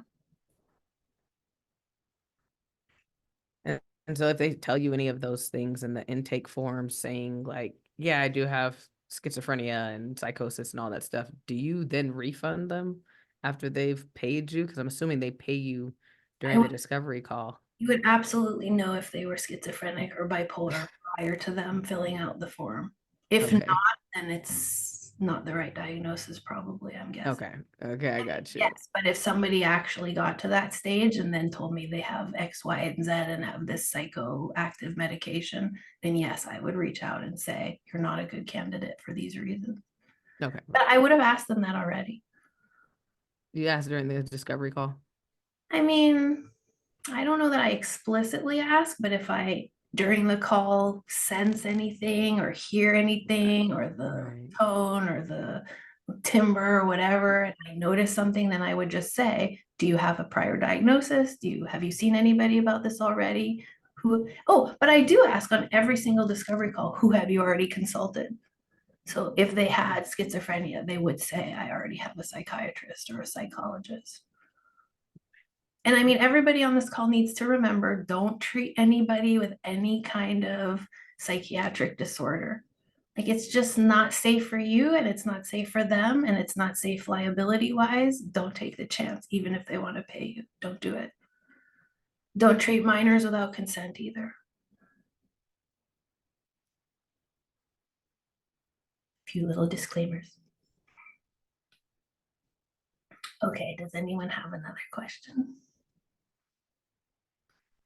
All the official paperwork enhances legitimacy. Yes, and legitimacy. And I just wanted to agree with Sydney there and say as well, why is hypnosis not respected in our world right now? It's because there's so many pop, shitty, fly-by-night, $200, hypnotists that people don't take it that seriously. So make the industry stronger and make the industry have more credentials by having a lot of documentation and serious conversation, and not just like, oh, you want to quit smoking? Great, come to my office, we'll get it done. Like, that doesn't give good vibes to others who are doing this work. So part of it is just like as a professional endeavor to enhance the professionalism of what we do.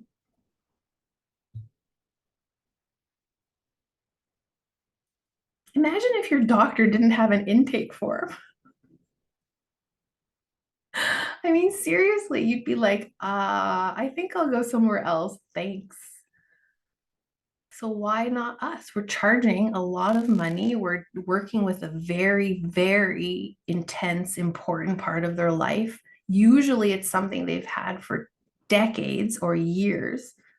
I mean, look at the history of all of your clients. Everyone has had their problem for a really long time. Even if it's like a minor problem, it's still been bothering them forever. So it's like, it's a big deal. It deserves to be handled like a big deal.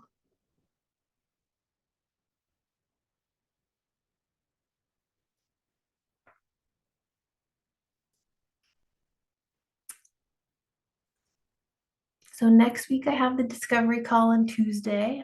I'm not saying you can't ask any more questions. I'm just going to say this for anyone who wants to leave. Next week, discovery call Tuesday. I have training coming up February 23rd, 24th, 25th, Friday through Sunday. It'll be about 5-6 hours a day. I always say it's 5, but it ends up being more. So just plan as much as you want to. You can come and go. It's casual. I love it if you stay. It's more effective for you. It's not required. You can just watch it recorded. That's totally cool. But the live demo is a priceless experience. So it's great to do it as a therapist. It's great to volunteer as a client. You get to feel it, what it's like. You get to experience the feeling of it. All of that is the point of the live, but it's not like you can't learn it without that. So that's really what we do on those 3 days. The third day is a business day. On the 22nd at 1 o'clock, which is the day before training, Craig is going to do a demo live. That one is free to anyone who's in the training or in my mentoring group as well. So if you're in mentoring or training, which I think most of you are here, I think everyone is, it's free. So it's kind of fun to watch. It's just a full session. April, I'll have MACH again, as well as parenting and hypnosis. But you'll see it all come up on my, the 22nd at 1 p.m. And I need a volunteer as well for March, if anybody wants to be my demo. I know you asked me, so I know, I'll but try, you're gonna be. I'll try, but I'm due, so I don't know. I might have to wait till afterward. I'll put you when you're due, but if you want to come with a newborn, that might be fine. Right? Do that instead. Newborns are nice and quiet. Yeah. Let's see, when was that with Craig? Okay, so I was planning to do 90 minutes, so we're already at that time. I have nothing else to do at the moment because it's Friday afternoon. So if you still have stuff to ask me, go right ahead. If you don't, I'm really glad you were here. I'm glad to hang with you. Nice to see you, Craig. See you hopefully for training. If not, I'll see you on the 22nd. Anybody have any other problems, questions, concerns, things you need to know? Are you really looking for someone for demo in March? Yeah, I really am. You want to Do be? it. Yay, I would love to have you. Yes. I always have problems. Me too, Jody. Me too. Hmm. We wouldn't be in this industry if we didn't. I will reach out to you. I put you through the exact same stuff that my regular clients minus the payment. So you'll do the questionnaire, you'll do the discovery call, you'll do the session, and we'll record the whole thing. Mhm. Awesome. Yay. Perfect. I know you're doing transformation, so I can't wait to participate. Thank you for the opportunity. Thank you. I Just do pick. Yeah. Jason and Tian. Yeah, I was just saying, I gotta get going in a minute, but I was curious. So the training session, the 23rd to the 25th, let's say someone was interested like myself, but I've actually never done the ACH session. Is that something that might throw me off a little or like help prevent me from grasping it all or? Listen, when I went to my ACH training, I knew absolutely nothing about why I was there. I went on a dare. Okay. So a friend of mine who is also a hypnotist, who's a friend of mine at this point, basically was like, I know, let's learn advanced conversational hypnosis. I was like, dude, I just started my other business. Like, please, what are you talking about? Basically, long story short is I was like in the middle of two things. And I just said, okay, maybe, sure. It was kind of like a maybe sure kind of thing where you think later I'll get out of it, right? Kind of like when you tell someone, yeah, I'll see you on Friday night, but really you're going to stay home in your pajamas like that. That's how I felt. So I kind of thought, whatever, I just need to get them off the phone. Well, I finish whatever I was doing and I get a text that's like, I'm in. You're next.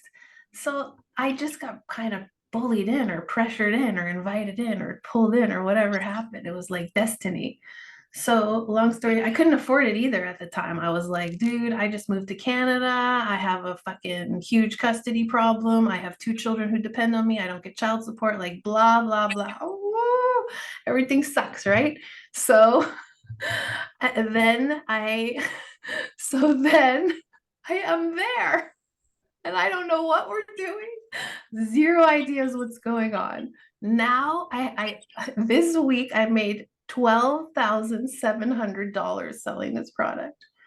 This week, not this month, this week is my best week ever. So I just want to say that's not common. So don't think that we're going to all be doing that every 5 minutes. I know, but like really, that was just a few years ago that I was literally sitting there like no clues what's going on. So I'm just saying, just take me as a great example that it really could not matter at all what you know and what you don't know, because what I didn't know ended up being the best thing that ever happened to me other than my kids being born.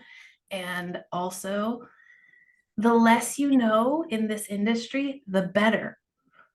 The thing that's holding back the people who are veterans and who are longtime excellent popular therapists from getting really good at ACH is that they can't think outside of what they already know. So if you know nothing and you have an open heart and you have $1,000 to spend and you're ready to help people from the comfort of your own home on Zoom, like, you're the perfect candidate. You don't need to know one single thing. I will teach you everything you need to know in 2 days. And on the third day, I'll tell you how to explain it to others. And I'm not saying you're going to make 12 grand a week in 5 minutes. That's not what I'm saying. But I'm saying you'll know the skill and you'll know how to talk to people about it so that you can have 1 or 2 clients a month and pay your bills, and then 3, and then 4, and then 5, and then raise your price, and then make 100 grand a year. And I really think that's possible. Absolutely. I'm not a therapist. My doctorate is in philosophy. So don't worry. I'll take care of everything you need to know. I'm an excellent instructor. I'm easy to understand, and you'll learn it right there on the spot.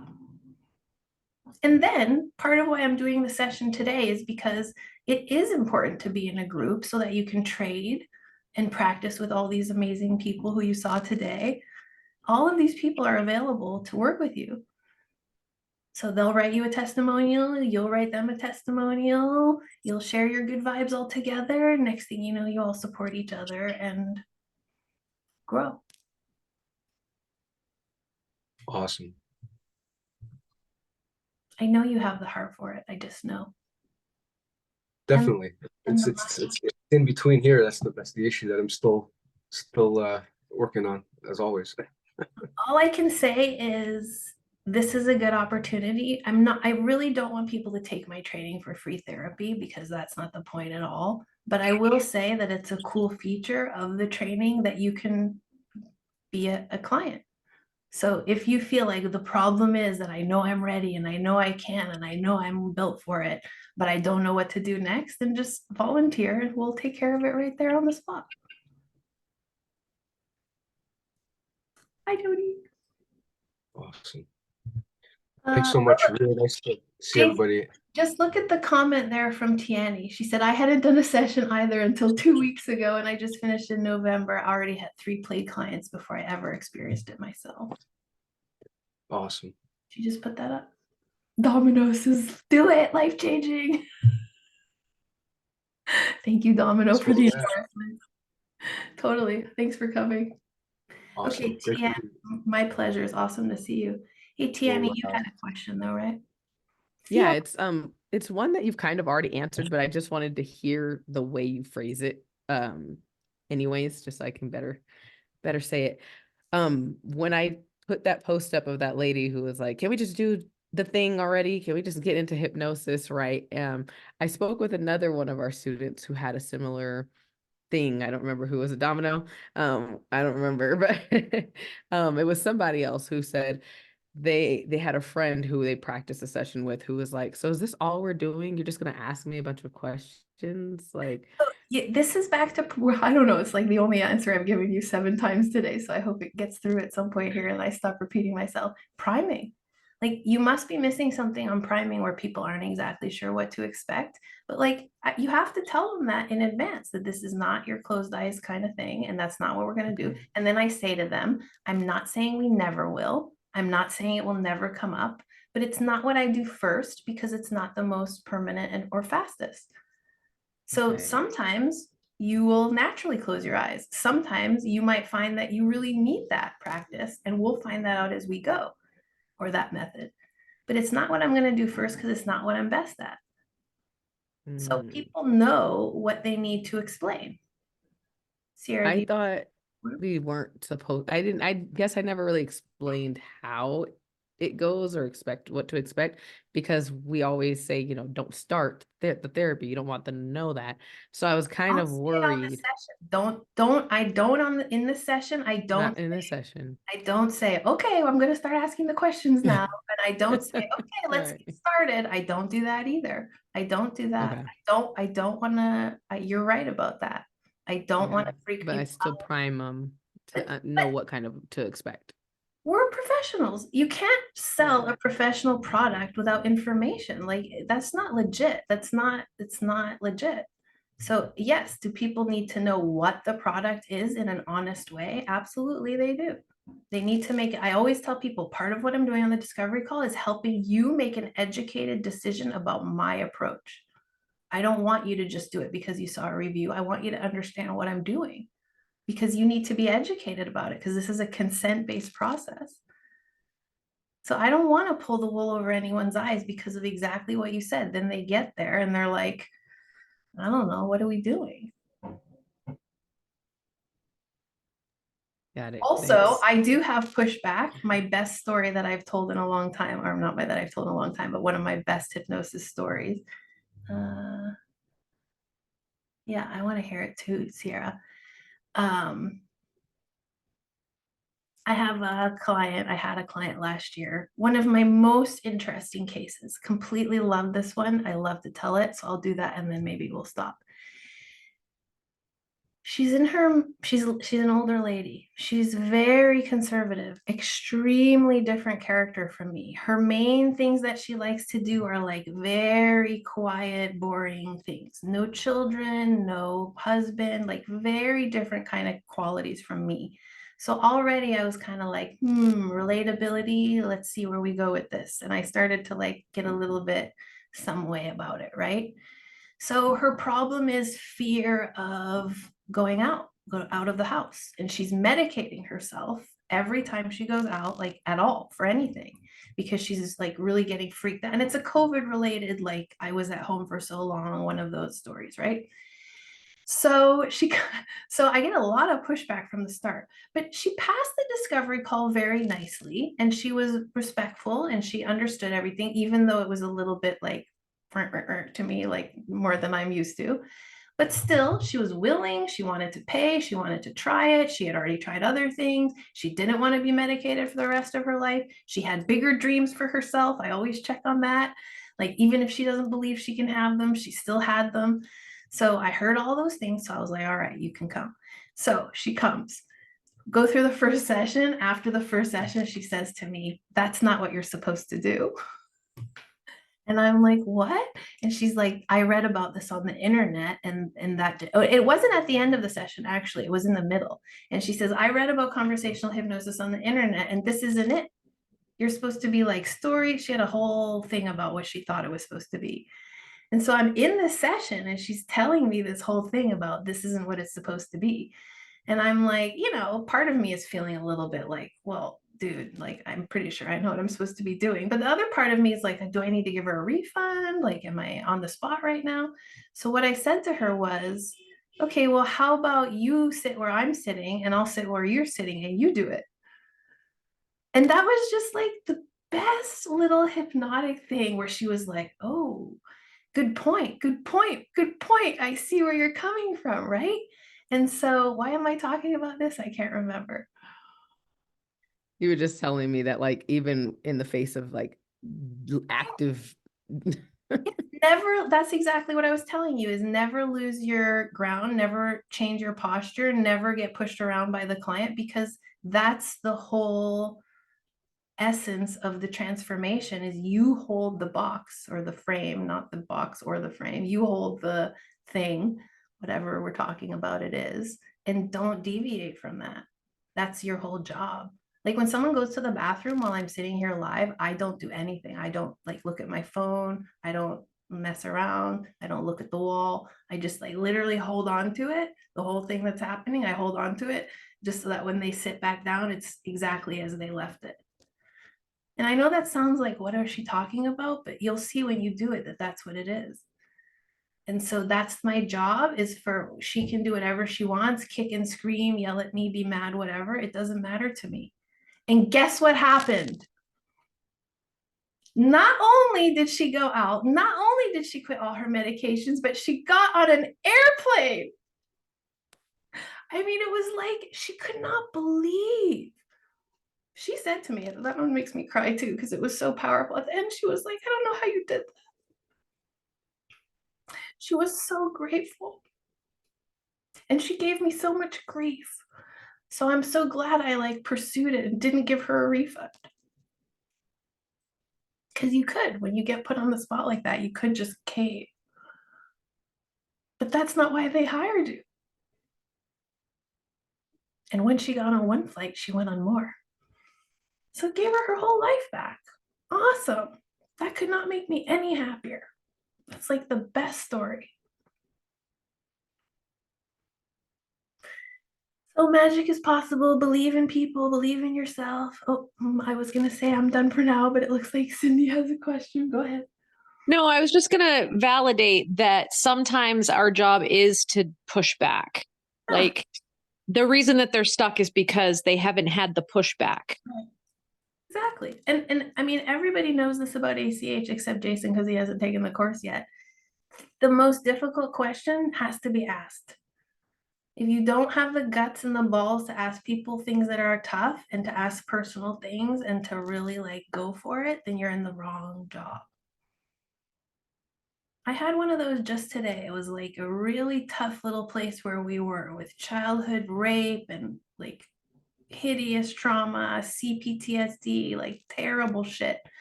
But it got to the place where I just needed to ask her, like, what it is, you know, something that I had to say, even in the midst of that, like, really uncomfortable feeling. So I did. And guess what happened? She was like, oh, so glad you asked. Nobody ever talks about that. Right. That's the whole problem. Nobody ever talks about that. So yeah, I think hypnosis is a really beautiful art of combining relatability and science and doing things with courage that other people won't do and all kinds of a mixture of magic. So yeah, difficult questions, you can't avoid them. You have to ask them.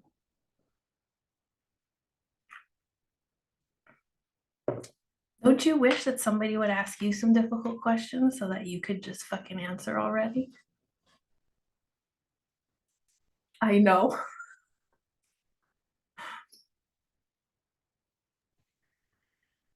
Gotta run, Maya. Good to see you all. Thank you so much. And we will talk in the next couple of days. Absolutely. I'll be in touch with you. Thanks. Take care, everyone. Nice to see you. You too. Okay, gals, we're down to the serious ACHers here. Anybody else have anything else they really need to know? I will do this again because obviously it works really well. So I will do it more frequently. So sorry to pack so much into one visit. It's probably just all piled up from not seeing you for This Does is really. Yeah. I just want to know what you thought about my blurb about how people are like, are you just going to keep asking me questions? Because I really felt like that was like kind of concerning to me too. And so listening to Maya talk about fractionation always kind of brings it back home for me. And so I kind of have it like, hold on. So the question and answer style of ACH requires the mind to retrieve information into smaller bits. So those smaller bits become more like mosaic tiles rather than one big problem. So those smaller tiles can now be rearranged so that you like the picture better or the outcome better. And I feel like that might kind of help someone conceptualize it. That's not what, just so you know, that is not what fractionation is. I mean, I like what you just said. That's true. That's what hypnosis is, but fractionation is not that. Fractionation is beyond words. Like fractionation is just dividing attention until there's nothing left that the mind can hold on to. So it goes somewhere else, which is to the superconscious. So it's actually like a method by exhaustion in a way. Like the mosaic tiles disappear in fractionation. But yeah, I like what you said. The only thing that I would say to you is like, nobody gives a fuck about what you just said except for us. Like the clients don't really need, I mean, whatever work, like I didn't mean that in a rude way, but I just mean like, don't feel so much pressure to be accurate about what you're explaining to them. I mean, find a way. I do like what you said. Find a way that you feel natural about explaining it and just say that.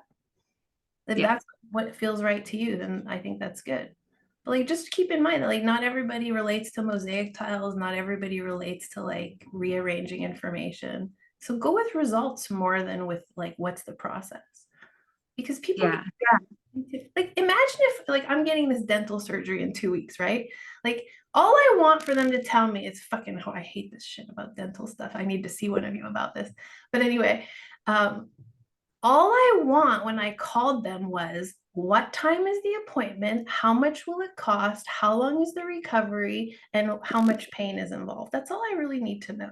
If the lady on the phone was like, okay, and then we'll take out the scalpel and we're gonna like cut into this, and then we'll use 4.5 milliliters of lidocaine, I would just be like, forget it, I'm not coming, right? Like, so I'm just saying, really lead them to the end result. And then if they have questions, go backwards and explain, but you don't need to like feel any onus on you to do that at the outset. And I don't know where you use that blurb. Wherever you use it is probably perfect. I just don't want you to feel pressure to explain it.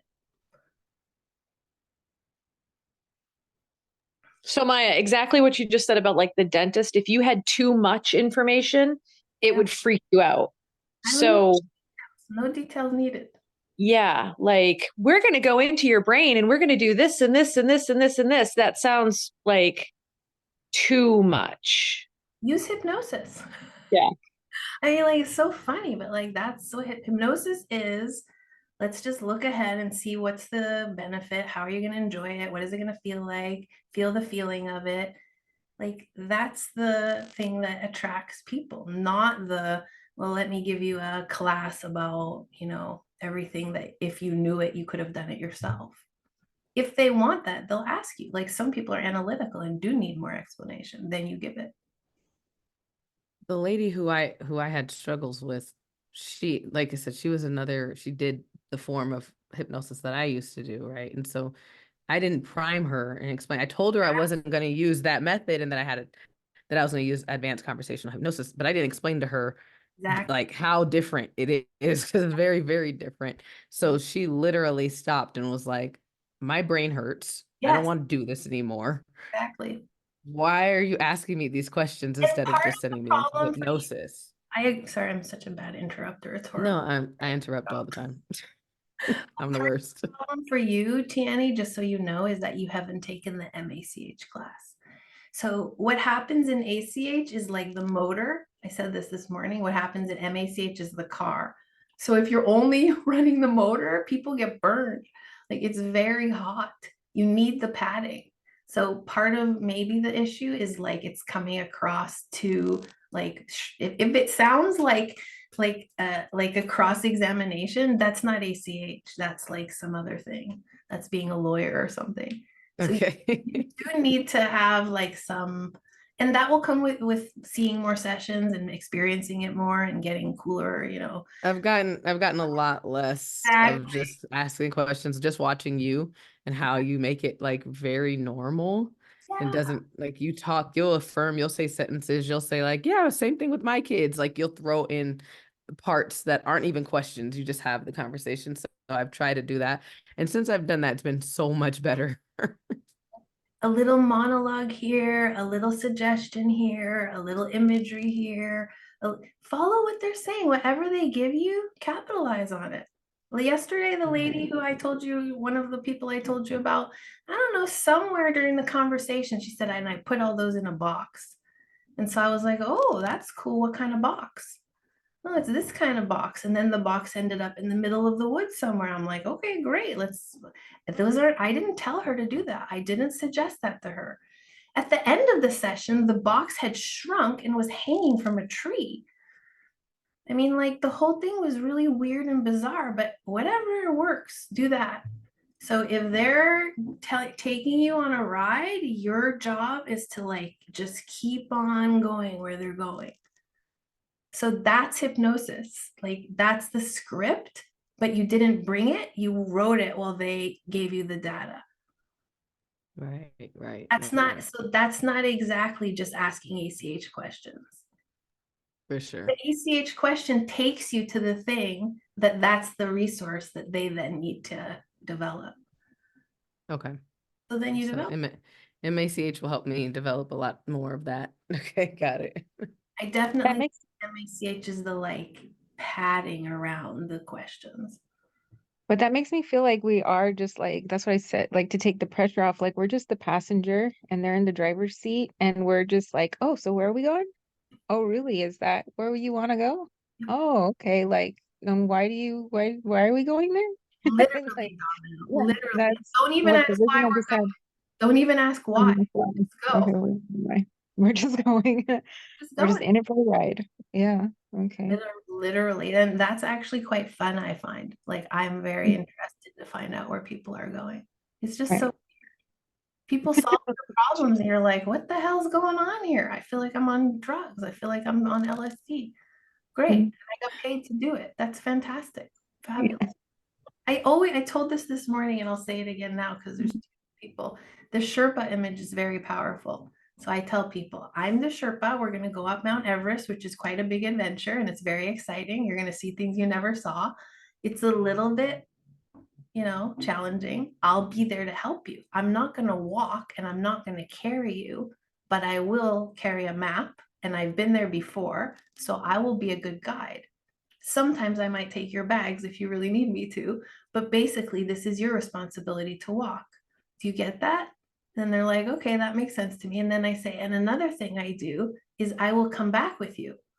We will come back together. I won't leave you there. So you're safe the whole way. But we're going to have to do this whole thing and you're going to have to walk the whole way. Okay?